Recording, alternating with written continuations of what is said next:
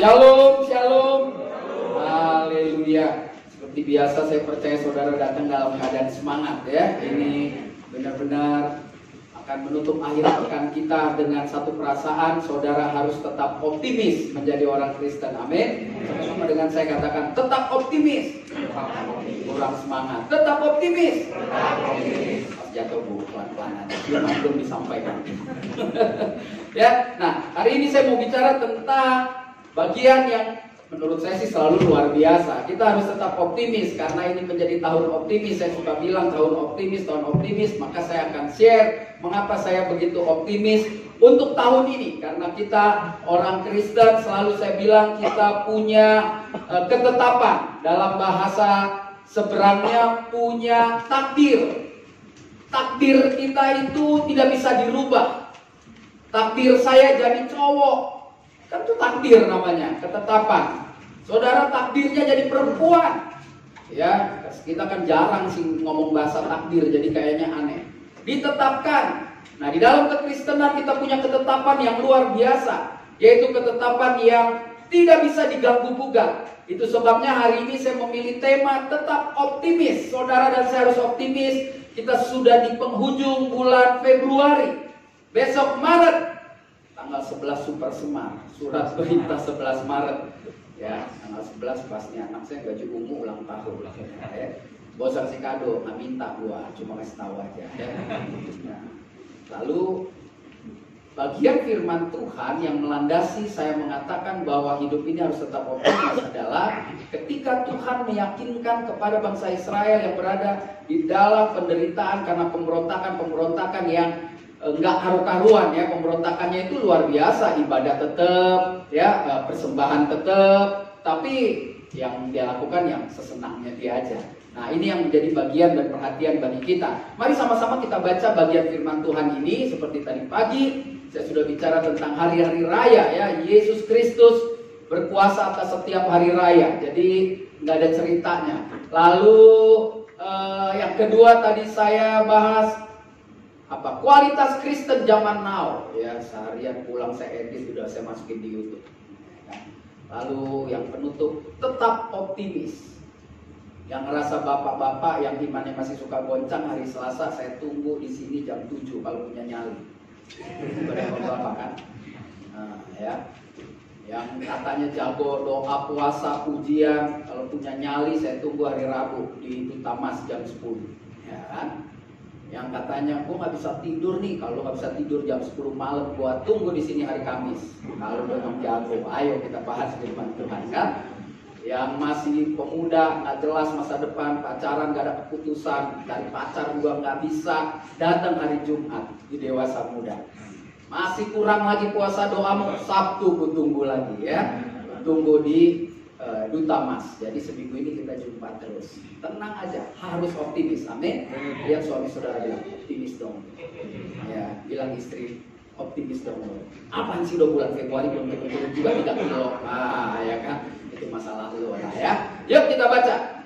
Yeremia 29 ayat yang ke-11. 1, 2, 3. Sebab aku ini mengetahui rancangan-rancangan apa yang ada padaku mengenai kamu. Demikianlah firman Tuhan, yaitu rancangan damai sejahtera, bukan rancangan kecelakaan, untuk memberikan kepadamu hari depan penuh harapan. Jadi kalau dibilang takdir kita apa, baca aja ini, takdir saudara. Ya, kita akan belajar hari ini di waktu yang singkat. Dasar untuk kita tetap optimis dalam menjalani hidup. Perhatikan baik-baik di ayat 29 ayat 11. Saya bagi 2 menjadi 11a. 11a berkata, sebab aku ini mengetahui rancangan-rancangan apa yang ada padaku mengenai kamu. Demikianlah firman Tuhan. Jadi mengapa saya ingin mengatakan saudara harus optimis? Saya juga banyak kegagalan dari hari ke hari, bulan ke bulan. Tetapi saya nggak mau tertidur dengan kegagalan, lalu kegagalan mengendalikan hidup saya nggak mau. Saya ingat selalu ayat ini. Dengar baik-baik anak-anak muda, ini anak muda semua nih. Tapi boros sih kayaknya. Di pemuda-pemuda dengar, ada masa depan. Perhatikan nih mana ibu-ibu lagi. Tadi lucu zaman now sebelah sini toko semua, jadi saya khotbahnya kesini terus. Sekarang di muda semua. Nah, perhatikan baik-baik. Hidup saudara dan saya selalu ada dalam rancangan Tuhan. Itulah sebabnya kita harus optimis. Ketika saudara berada dalam rancangan Tuhan, maka saudara harus yakin bahwa di dalam hidup saudara ada rupa dan gambar Tuhan yang luar biasa. Di dalam Kejadian 1:26-28 dikatakan, marilah kita menciptakan manusia serupa segambar. Berarti di dalam hidup saudara mencerminkan karakter Kristus di dalam hidup saudara. Orang-orang Kristen itu adalah orang-orang yang punya karakter Kristus. Apa itu karakter Kristus? Filipi pasal 2 ayat 5-8. Saudara harus baca. Di situ dikatakan Paulus pada jemaat di Filipi, saudara dan saya harus punya pikiran dan perasaan yang ada di dalam Kristus. Yesus yang adalah gambar dan rupa Allah tidak menganggap dirinya setara dengan Allah untuk dipertahankan. Bahkan dia menjadi serupa dengan seorang hamba, menjadi manusia dan taat sampai mati. Itulah karakter Kristus. Dia mau ada gambaran Tuhan ada di dalam hidup saudara. Tetapi orang-orang yang menderita karena itu, dikatakan ayat 9-11. Saudara, ini bagus juga sih, Filipi 2 itu saudara mesti hafal. Dikatakan itulah sebabnya Allah meninggikan dia. Saudara akan ditinggikan oleh Tuhan ketika saudara mau berani hidup dengan gaya optimis karena saudara ada dalam rancangan Tuhan. Dan waktu saudara dalam rancangan Tuhan, perlihatkan aku adalah surat terbuka yang bisa dibaca semua orang. Itulah gambar dan rupa Tuhan. Karakter kita kuat. Karakter hidup dalam kebenaran. Dan kita ada di dunia untuk apa? Untuk menyelesaikan tugas yang Tuhan sudah berikan kepada saudara dan saya. Apa tugasnya? Beda-beda. Tugas saya sebagai seorang pendeta yang full time ngoceh aja kata orang. Ya tugas saya menyelesaikan untuk terus ngomong kebenaran sama saudara. Dan saya harus konsisten dengan itu. Kalau saudara dipanggil Tuhan untuk dagang cendol, lu jualan cendol aja yang serius. Jadi berkat. Gulanya gula beneran. Jangan gula bohong aja. Iya kan? Kalau kita dipanggil buka pabrik, jadikan pabrik saudara berkat bagi banyak orang. Hadirkan karakter Kristus. Saudara dipanggil punya toko. Di toko saudara ada nuansa Kristiani. Bukan berarti harus pasang salib gede-gede. Tapi orang masuk, orang nawar, nggak jadi, nggak sewot. Kan ada orang masuk ke toko orang Kristen, pas pulang sewot. Gereja, jualan, bohong melulu. Cuma mau beli permen, berapa nih sekilonya? 25.000. Gue tawar 18, dia bilang ya modalnya aja 15. Padahal dia bohong itu. Gue tahu modalnya berapa, gitu kan? Nah orang-orang yang punya karakter Kristus nggak begitu. Orang-orang yang punya karakter Kristus pasti di dalam kehidupannya, kalau bubar jalan, kalau berpisah, pasti punya kesan yang bagus. Nah optimislah menghadapi hidup ini. Karena kita ada dalam rancangan Tuhan. Optimislah jadi pelayan Tuhan. Pemain musik ini optimis dari pagi loh. Dari jam 7. Ya kan? Luar biasa tuh. Yang main bass tuh. Dari pagi loh dia. Berarti punya komitmen ya enggak, brother? Nah, Selasa aja kita makan PO ya. Biar gue datangnya cepetan. Jadi yang pertama, saudara dan saya ada karena kita ada dalam rancangan Tuhan. Aku tahu rancangan apa yang ada padamu, yaitu rancangan masa depan penuh harapan. Kenapa kita bisa melangkah dengan pasti? Di ayat 11b dikatakan dengan jelas seperti ini, yaitu rancangan damai sejahtera dan bukan kecelakaan. Saudara tanya, Pak, tapi kenapa orang Kristen pada kecelakaan naik pesawatnya nyungsep tuh ke laut? Katanya nggak ada rancangan. Tahu jawabannya? Saya juga nggak tahu. Itu rahasia ilahi. Tetapi saya percaya orang Kristen bukan soal cara matinya, tapi setelah dia mati kemana itu lebih penting. Dia nggak mau kapal meleduk kek. Orang ada juga makan sop ayam keselak mati. Ya macam-macam, saudara. Tadi pagi saya bilang saya nggak takut mati, tapi saya nggak mau cari mati. Ya, saya nggak takut corona, tapi saya nggak mau cari corona. Iya dong. Masih kita panggil corona, juga. Ya kan, saya nggak takut, tapi jangan nyari, gitu ya. Tahu caranya kan nggak nyari, ya gaul sama yang sehat-sehat aja, gitu loh. Begitu batuk 2 kali ya cabut, tidak mengurangi rasa hormat, ya kan. Udah batuknya udah lain gitu, bukan kan keselak gitu kan. Ini batuknya kayaknya dalam nih, gitu kan. Suruh dia nyanyi lebih dalam lagi, ya. Nah, ayat yang Ayat yang 11b mengajarkan kepada kita, orang-orang yang sudah berani menetapkan dirinya untuk hidup optimis bersama Tuhan, ketika dia sudah pegang dan dia yakin rancangan Tuhan ada di dalam hidupnya, maka orang-orang itu punya dasar yang kuat, yaitu bisa dan pasti hidupnya memiliki damai sejahtera. Mengapa saya katakan begitu? Karena Tuhan memberikan damai sejahtera. Tadi siang saya katakan waktu Yesus datang begini, aku memberikan damai sejahtera kepadamu. Damai sejahtera yang kuberikan kepadamu tidak seperti dunia. Oleh karena itu janganlah gelisah hatimu. Tadi siang saya bilang, kalau ini damai sejahtera saya tinggalkan buat orang GPIA, silakan lu ambil. Kan Tuhan Yesus bilang begitu, kuberikan kau damai sejahtera, terima dong. Nah, banyak orang gak mau menerima damai sejahtera. Buktinya dari apa? Ketika menghadapi hidup marah-marah terus, bawaannya nyinyir terus. Yang gak salah sih, saya juga suka kelepasan, marah, kesel lihat orang, tetapi tidak mengendalikan hidup. Begitu tenang, oh iya ya, ngapain sih gue bodoh banget. Rancangan Tuhan memberikan damai sejahtera dalam hidup ini. Kenapa kita mesti kalah? Nah, dikatakan memberikan kepadamu masa depan penuh harapan. Setelah tahu ada rancangan, kita punya damai sejahtera. Orang yang punya damai sejahtera yakin sekali selalu punya ketenangan dalam menghadapi masalah. Dia lebih tenang, walaupun dia tahu dalamnya berkecamuk, tapi ketemu orang dia bisa tenang. Bukan munafik, dia bisa mengendalikan perasaannya karena punya damai sejahtera yang menguasai dirinya.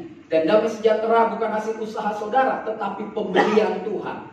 Waktu Tuhan beri, saudara mau terima, maka damai sejahtera itu akan meluap-luap di dalam hidupmu. Dan waktu masalah ada, punya ketenangan menghadapi itu. Lalu dikatakan, situasi apapun tidak akan menggagalkan kepastian di dalam hidupmu. Tidak akan. Ya, saudara punya anak, saya punya anaknya, anak saya 2 nih. Ya, saya sampai sekarang masih yakin beriman, anak saya pasti punya masa depan yang cerah. Kalau enggak, dia yang mutusin sendiri, enggak cerah. Karena apa? Karena saya dengan istri saya mempersiapkan dia menjadi masa depannya cerah. Dan saya pakai itu firman Tuhan untuk mempersiapkannya. Lalu kalau dia terus menyimpang, meninggalkan Tuhan, enggak urusan saya lagi.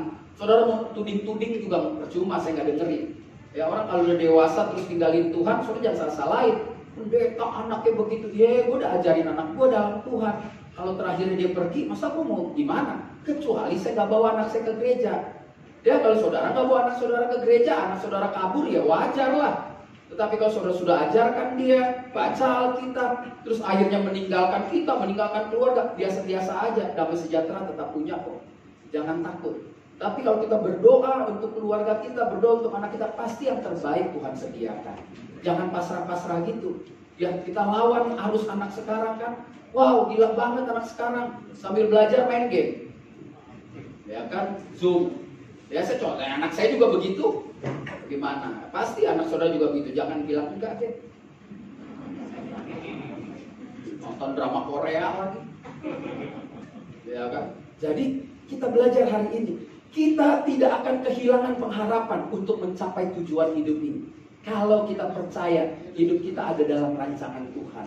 Kalau kita percaya ketika ada dalam rancangan Tuhan, berarti ada damai sejahtera yang Tuhan berikan. Kita yakin ada gambar dan rupa Tuhan di dalam hidup kita. Lalu kita punya karakter yang kuat dan yakin apa yang ditugaskan Tuhan bisa selesai. Kenapa kita bisa menyelesaikan segala perkara? Karena kita diberikan damai sejahtera. Sehingga 3 poin ini akan ada ketenangan ketika menghadapi persoalan-persoalan hidup. Akan selalu menyelesaikan semua persoalan. Tidak akan pernah gagal oleh karena situasi dan keadaan. Karena rancanganku adalah masa depan penuh harapan. Selalu ada harapan. Kekuatan orang Kristen itu salah satunya adalah harapan.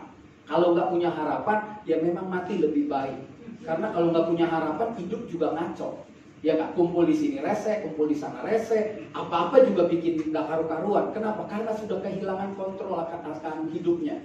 Jadi yuk, kalau saudara mulai rese, baliklah ke panggilan kita. Balik ke fitrahnya. Kita diciptakan serupa segambar sama Tuhan. Lalu kita dikasih damai sejahtera. Ambil, jangan takut. Ambil, pasti bisa. Ya, kalau saudara tadi ibadah jam 7, jam 10 lebih kejam lagi saya ngomongnya. Sekarang gak tega lah, udah sore, udah capek. Ntar kalau saya kejam, saudara bunuh diri lagi. Ya kan? Ada damai sejahtera. Ya, pulang damai-damai. Ya, yang belum ngomongan, saya selalu tuh singgung itu. Saudara ngaku gereja sama mertua gak akrab, gak ngomong. sama ipar yang utang nggak bayar musuhan, sama siapa aja bawaannya ribut. Di gereja damainya luar biasa. Jadilah orang yang mengasihkan standar firman Tuhan.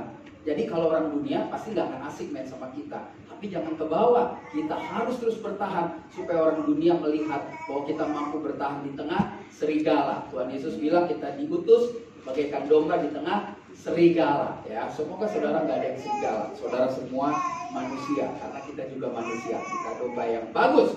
Nah, yang ketiga, saudara, mari kita pelajari dasar untuk kita tetap optimis. Tuhan ini kan luar biasa. Waktu dia sampaikan ini kepada Nabi Yeremia untuk disampaikan kepada bangsa Israel, dia cuma bilang begini, jangan pernah takut, aku punya rancangan masa depan penuh harapan, rancanganku nggak kecelakaan.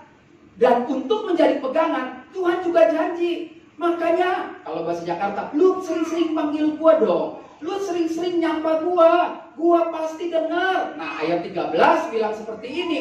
Dan apabila kamu berseru dan datang untuk berdoa kepadaku, maka aku akan mendengarkan kamu.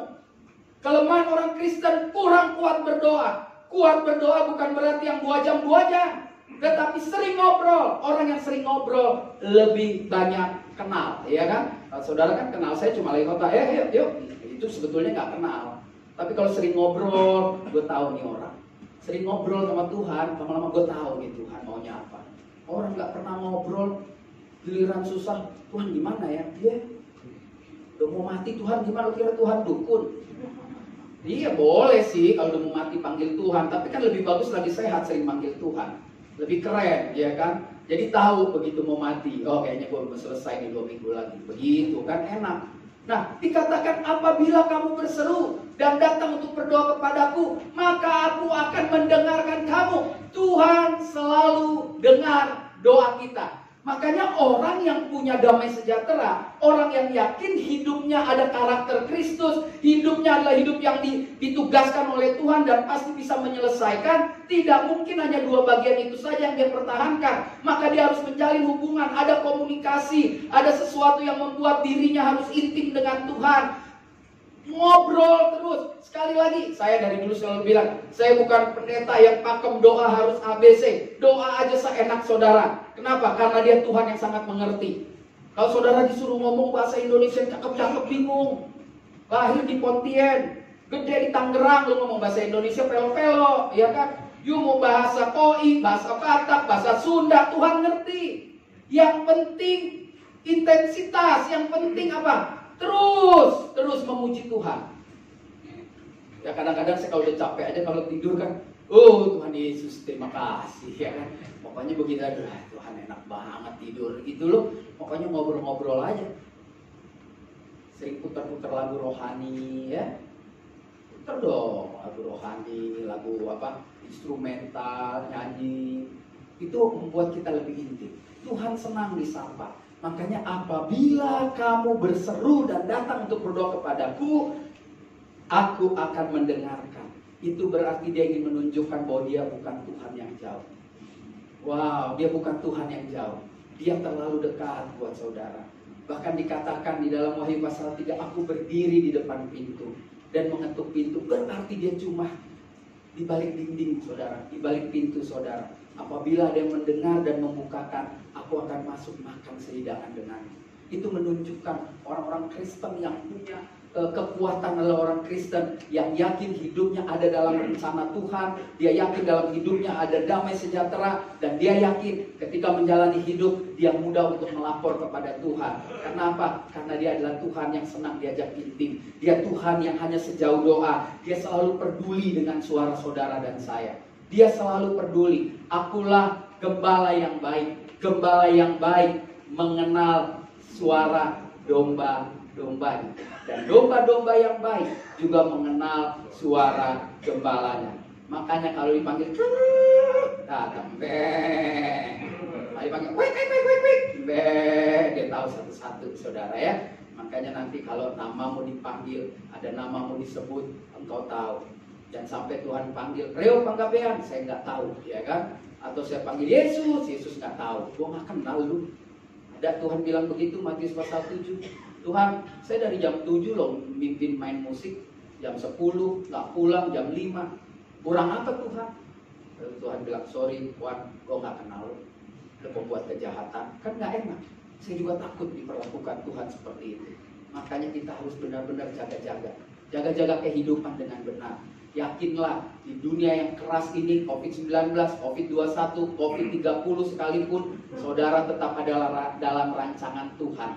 Saya bilang dunia boleh berubah. Zaman old, zaman now, zaman apa lagi. Mau sekarang 4.0, 5.0 ya kan? Nggak peduli, firman Tuhan nggak pernah berubah. Dunia boleh berubah dengan cepat, tapi Tuhan Yesus tetap. Orang-orang yang bersandar kepada Tuhan Yesus memang mengikuti arus perubahan dunia, tetapi tidak dibawa arus oleh perubahan dunia. Dia ada di dalam arus itu, tetapi dia tetap bisa berdiri dan tidak hanyut oleh arus itu. Lakukan itu dalam hidup saudara, maka saudara akan melihat kemenangan demi kemenangan yang Tuhan rancang sejak di dalam rahim ibumu akan terlihat dengan pasti. Jadi yang ketiga, saudara dan saya, kita punya Tuhan yang selalu dengar doa kita. Makanya saya optimis, saya yakin sekali. GPIA kalau dibilang optimis sudah kelebihan optimis, ya kan? Kebaktian tadi pagi gila, 4 sampai lantai atas penuh, ya kan? Gereja lain ngumpulin 15 saja bingung, ya kan? Ini berarti saudara orang-orang yang optimis banget. Tidak nantang corona tapi nggak takut sama corona, kan begitu ya? Gue tahu ada corona, gue nggak takut tapi gue nggak cari corona, dan itu terbukti, saudara. Saudara orang-orang yang hebat, ya dari tadi ada yang nahan batuk, berapa orang dia tahan. Nah itu bukti bahwa saudara bisa tahan batuk. Saudara, saya lihat kalau pipinya agak bengkak itu kayak kamu jair, nah dia pasti mau batuk sebenarnya saudara. Tapi ya saya juga sama-sama ngerti lah ya.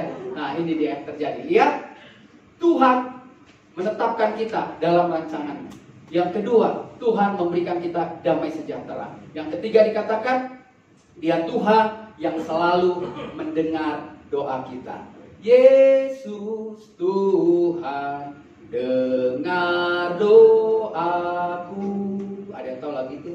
Janganlah Tuhan lalui, berilah berkat-Mu. Tuhan udah kasih tahu. Lagu yang paling populer zaman saya, berseru, memanggil namanya, berdoa Dia akan segera menghampiri dirimu. Percaya Dia tak jauh darimu, Dia hanya sejauh doa. Tuhan cuma sejauh doa.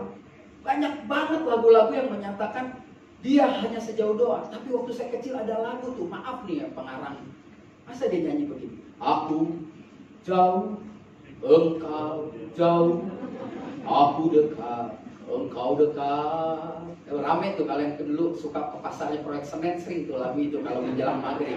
Kasih adalah cermin, tempat pahala dan dosa berpadu. Ya kan? Saya tahu lah kalau ke Senen di Kanteri sama emak gue gituan terus lagi. Dari tahun-tahun 86 kalau gue ke Proyek Senen, perjalanan ini gitu dulu. Yang di pasar-pasar tuh kan sama, kita nggak pernah beli kasetnya tapi tahu. Kawan coba dengar apa jawabnya. Tapi dia komposer loh. Ya anak saya aja yang generasi lahir tahun 2000 tahu lah gitu. Coba kita bertanya pada rumput yang bergoyang. Agak Kristen banget. Tanya sama Tuhan. Lu tanya sama rumput yang bergoyang. Oh. Ada lagi yang gak Kristen. Lu taruh rumput di sepatu. Besok pagi ada kado. Berapa lama kita bohongin turunan kita. Ntar malam center class datang kasih kado. Tulis aja. Mau apa? Baju Batman. Taruh rumput di sepatu. Besok ada lu baju Batman. Gila gak ya? Dulu ya zaman center class ya. Wow, anak kita bandel dibawa ke pit hitam, dimasukin karung, emaknya ketawa lagi, anaknya disiksa. Oh, makanya lu badul sih nggak ke gereja, pit hitam bawa aja. Dulu pendidikan kacau banget ya. Setiap tahun tuh ngalamin begitu tuh. Wah ngeri banget. Coba kalau dia stres, dia apa ya? Dia apa sih? Trauma. Ntar lihat pit hitam dikit takut. Waduh. Teman saya dulu ada loh kalau lihat bola voli nangis. Karena kecil dia nonton voli di smash kena kepalanya. Udah kuliah perempuan lihat bola voli takut gitu, bayangin. Ya ada orang yang trauma seperti itu. Kalau kecoa bukan trauma, norak. Badan lu gede, tato lu satu tangan lihat kecoa teriak. Geli. saudara di koran kecoa makan orang, nggak ada macan dia. Dia geli boleh injek aja, kalau nggak semprot pakai obat nyamuk mati ya kan. Ada kecoa teriak-teriakan. Nah, saudara lihat yang keempat ya. Aduh, cepet banget jam ini jalannya. Dasar untuk kita tetap optimis dalam menjalani hidup kita. Lihat, Tuhan itu kan luar biasa. Bahasa Jakarta nih, gue tahu rancangan apa yang ada pada lu gak bakal gue bikin celaka deh. Lu percaya, gue siapin lu masa depan, harapannya luar biasa. Makanya lu sering-sering panggil gue, kalau lu doa gue dengar. Itu sebabnya lu jangan pernah takut. Takut apa? Cari dong gue. Lu cari gue pasti lu ketemu. Begitu kira-kira Daud bilang, ku cari wajahmu. Jadi ayat 13 mengatakan, apabila kamu mencari aku, kamu akan menemukan aku. Apabila kamu menanyakan aku dengan segenap hati. Jadi orang boleh ngomong, gua optimis jadi orang Kristen. Dasarnya juga jelas, bukan cuma ayat ini. Semua Alkitab juga mengajarkan kepada kita untuk optimis. Bahwa berjalan bersama Kristus, kita cakap menanggung segala perkara. Filipi 4:13. Benar, kalau kita bicara Alkitab, semua memberikan optimisme yang tinggi. Ketika Yesus ngajar khotbah di bukit, yang pertama-tama diajari awalnya adalah semua harus berbahagia. Apapun kejadiannya, berbahagialah engkau kalau dinista, berbahagialah engkau kalau lapar, berbahagialah engkau kalau miskin, berbahagialah engkau kalau dihina. Jadi semua ini menaruh harapan yang luar biasa. Kejadian ini jauh sebelum Yesus ada. Sudah dinubuatkan, sudah digaris besarkan bahwa orang-orang yang takut akan Tuhan adalah orang-orang yang pasti selalu punya keyakinan di dalam hidup. Dia tidak mungkin ditinggal Tuhan. Makanya tadi siang saya bilang, lu sampai kalau nggak bisa makan mah kelewatan. Tadi siang saya makan enak tuh sama Pak Daniel, dibawa orang ya, bawa jemaat. Saya bilang sama dia, bos, gua kalau sampai minta makan sama orang, maksudnya beda ya kalau bercanda, misalkan saya ngobrol, Rik, traktir gua dong, itu lain, maksudnya yang minta-minta gitu. Saya bilang, gua kalau sampai mati kagak makan, gua rasa banyak orang tinggalin Yesus. Karena Tuhan tidak mungkin tidak kasih makan, saudara. Kan tadi pagi saya bilang dia kasih makan 4.000 orang. 4.000 orang 3 hari ngikutin Yesus. Kagak minta makan tuh orang. Nggak ditulis Alkitab 4.000 orang lapar lalu meninggalkan Yesus. Enggak. Tapi Yesus tahu kapan mesti dikasih makan. Makanya kasih makan. Ntar dia lapar pingsan mati. Nggak enak. Ntar orang ngomongin ikut Yesus mati lapar. Nah, saya percaya saya ikut Yesus tidak akan mati lapar. Jadi jangan jadi minta-minta. Tolong itu jadi Kristen yang benar. Minta sama Tuhan. Nangis sama Tuhan. Ya, diskusi sama suami, kenapa sih kita susah banget sih selama ini? Oh ya kurang tobat lu, kurang doa. Itu ada, oh ya yuk kita bertobat yuk doa. Gak usah kusuk-kusuk, gak usah nangis. Malaikat Jibril bilang, mata buaya. Berubah aja, berubah. Tuhan udah enak lihat orang nangis, kelamaan banyak nangis tapi berubah kagak. Iya nggak? Coba besok GPIA bikin KKR hari Rebo, nangis semua tuh altar call, habis itu nggak berubah. Tetap aja, ya udahlah. Gak usah turunin air matamu. Sekarang tindakan aja yang kita lakukan ya. Kalau nangis itu di ibadah emosi kadang-kadang, bukan zaman Roh Kudus, emosi. Apalagi kalau udah bunyi. Waktu Tuhan pasti yang terbaik. Pendeta bilang, saudara jangan perasaan hati nangis. Habis itu keluar, gue tadi nangis gue malu deh. Ya kan sama aja gitu ya. Yang penting berubah. Berubah aja. Nangis sih boleh, saya nggak larang kalau saudara mau nangis. Ya tapi berubah lebih baik. Bertindak. Buah dari tangisan dan derai air mata itu harus dilihat. Kalau enggak, jadi sandungan. Alah, gaya lo doang Kristen. Makanya hari-hari ini ketika kita optimis, kita harus yakin bahwa Tuhan kita adalah Tuhan yang mudah ditemui. Tuhan yang mudah diajak ngobrol, Tuhan juga yang mudah ditemui. Kenapa? Karena dia sahabat kita. Sekaligus dia bapak kita, sekaligus juga dia teman kita, sekaligus juga dia apalagi. Semua ada di dalam pribadi Yesus. Sometimes kadang dia bilang, engkau anakku, engkau bapakku, engkau apalagi sahabatku. Karena Yesus juga bilang tadi pagi, tidak ada kasih yang lebih besar daripada kasih sahabatnya yang mau mati untuk sahabatnya ya, seseorang yang mau mati untuk sahabatnya. Ya, tapi satu ketika Yesus bilang, kalau kau anak-anak Bapa di surga, lakukan seperti apa yang aku lakukan. Jadi ini luar biasa sekali. Dia menyatakan bahwa kita gampang ketemu dia karena kita berharga di hadapan Tuhan. Saudara dan saya harganya mahal. Saya selalu bilang, malaikat nggak ada apa-apanya dibanding manusia. Apapun katanya kalau saudara ngomong sama saya, malaikat di mana kerennya malaikat? Malaikat cuma tukang jaga, saudara. Kita dijaga, gitu. Makanya lu kalau buat dosa jangan bilang lagi, emang gua malaikat, emang gua malaikat. Emang siapa malaikat? Malaikat bikin dosa, dibuang ke neraka. Manusia bikin dosa, Tuhan membuang diri dari sorga ke bumi untuk menyelamatkan saudara. Udah lebih mahal harga kita. Malaikat nggak ada ceritanya di dalam Alkitab, penciptaannya nggak jelas. Manusia jelas.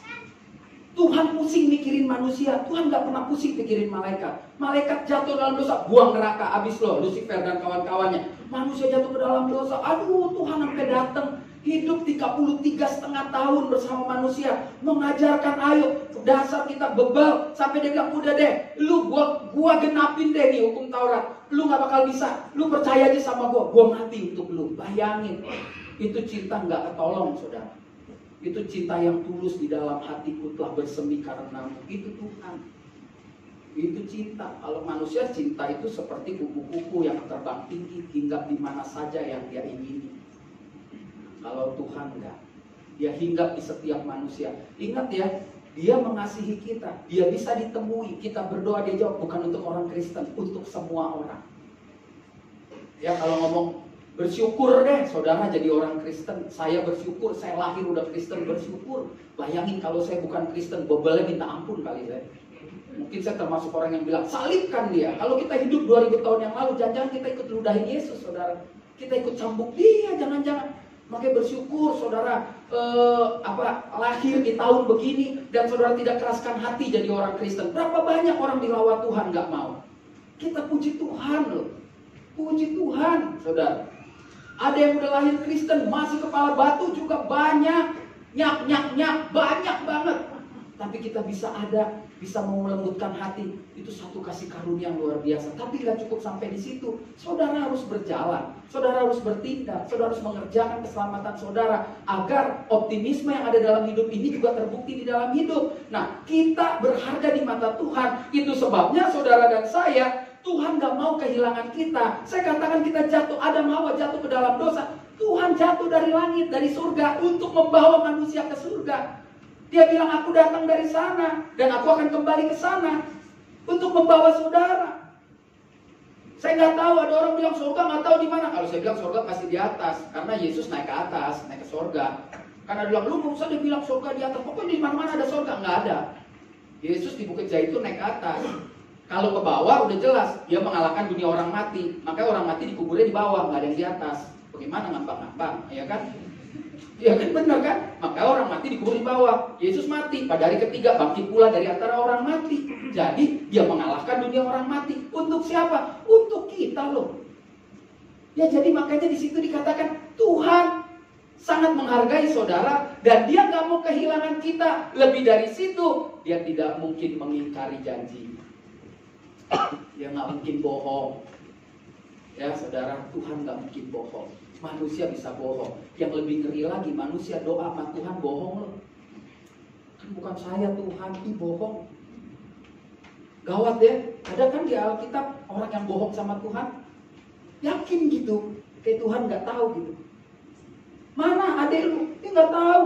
Lu kira aku penjaga adek gua? Siapa tuh yang ngomong begitu? Siapa? Terserah, tergantung baju atau sifon kainnya. Iya, jelas dong ya. Ya kan ada juga orang yang bohong. Tuhan dibohongin, ngeri nggak? Nah, dia nggak mungkin ingkari janji. Jadi ketika dikatakan engkau adalah biji mataku, engkau adalah mempelaiku, itu pasti digenapi. Soal nanti yang akhirnya duduk sehidangan, kita lihat aja siapa yang bertahan. Ya, selama kita masih hidup ada peluang bertahan dan ada peluang untuk jatuh, saudara. Makanya inilah di dalam gereja mula-mula dibilang koinonia. Inilah yang namanya persekutuan untuk saling menopang. Yang kuat menopang yang lemah, supaya kita jangan jatuh rame-rame, kita tetap bertahan. Itu sebabnya orang perlu beribadah, Bapak Ibu, supaya ketika Tuhan menghargai kita begitu tinggi, kita juga mau tetap berpegangan sama Dia. Jangan cuma ambil janjinya, masa depan gue oke, gue punya sukacita, gue udah berdoa, tapi kita nggak mempertontonkan itu kepada banyak orang. Enggak juga ya, udah 3 kali tuh sektor sana batuk ya. Nah, yang keempat, ada ya, tenang, 2 lo sekarang ya. Bulan lalu baru 1, kayak pertahanannya kuat sekarang ya, saudara ya. Gue nggak lihat sih, gue gini aja nih. Nah, yang penting kan jarak 30 meter, 30 cm.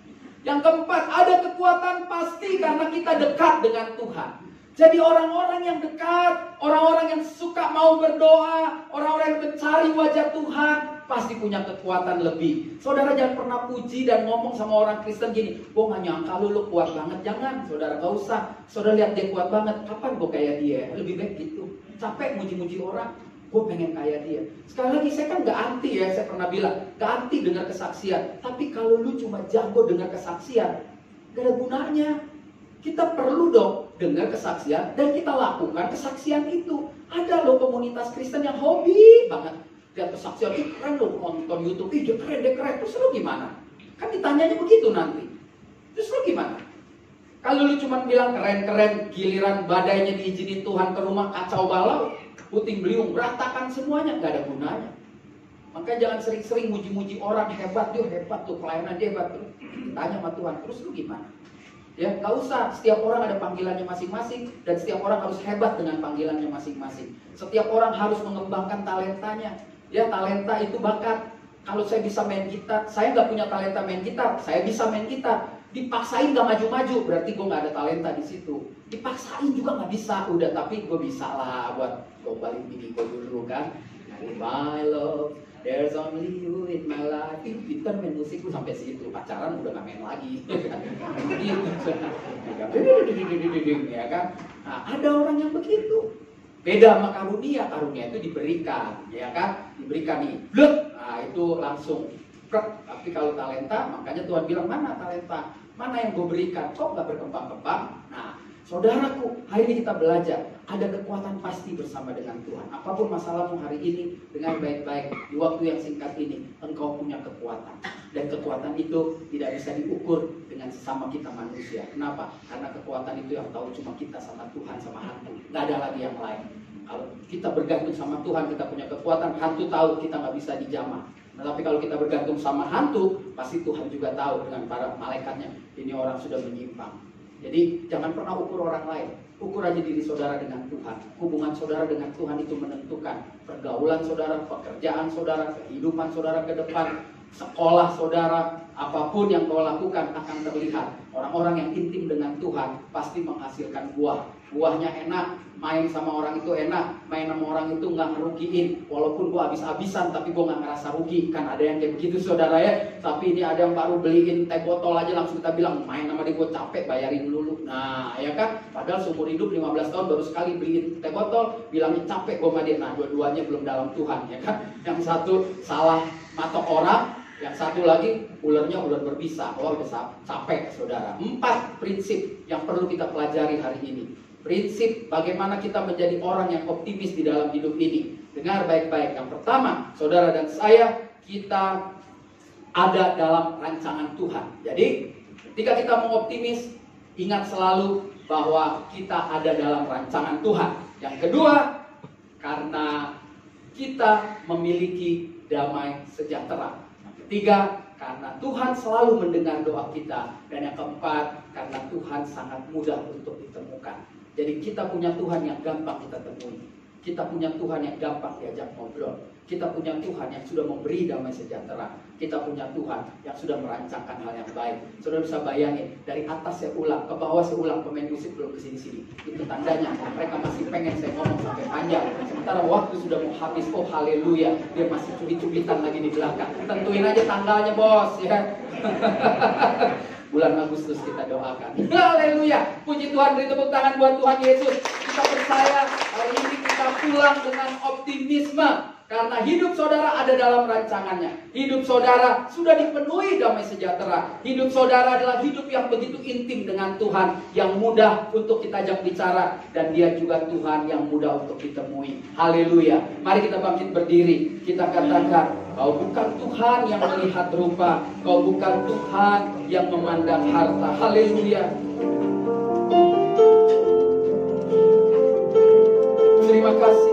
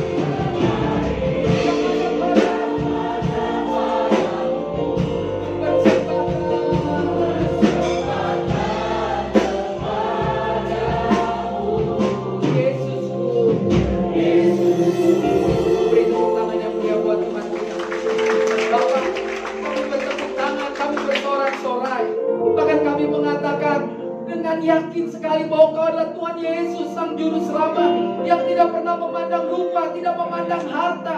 Engkau memberikan kepada kami rancangan yang terbaik. Engkau memberikan kepada kami damai sejahtera. Engkau menjanjikan kepada kami untuk mudah ditemui, mudah diajak berbicara. Itulah sebabnya sore menjelang malam ini kami bersehati, kami berani ambil keputusan. Kami punya Tuhan yang peduli, yang memperhatikan kami. Dan kami siap memasuki tahun ini, bahkan memasuki tahun-tahun ke depan dengan optimis. Kalau kami punya Tuhan yang bertanggung jawab. Saudara, kalau itu doa, ambil waktumu singkat 1-2 menit. Kau boleh taruh tangan kananmu di dada. Kau berdoa. Kau gak perlu lihat kiri kanan. Kau berdoa, katakan, Tuhan, terima kasih. Kalau sore ini aku mau jadi orang Kristen yang optimis. Karena firman Tuhan dengan jelas mengatakan bahwa hidupku ada dalam rancangan. Kalau saya mau optimis. Karena kami percaya Engkau sendiri yang sudah memberikan damai sejahtera dalam kehidupanku. Terima kasih Tuhan. Engkau yang menjamin kalau kami berdoa Engkau dengar. Kalau kami cari wajah-Mu, kami menjumpai. Katakan itu saudara. Biar firman Tuhan termaterai, tertancap, terpatri di dalam hatimu. Dan biarkan firman itu bekerja sebebas-bebasnya.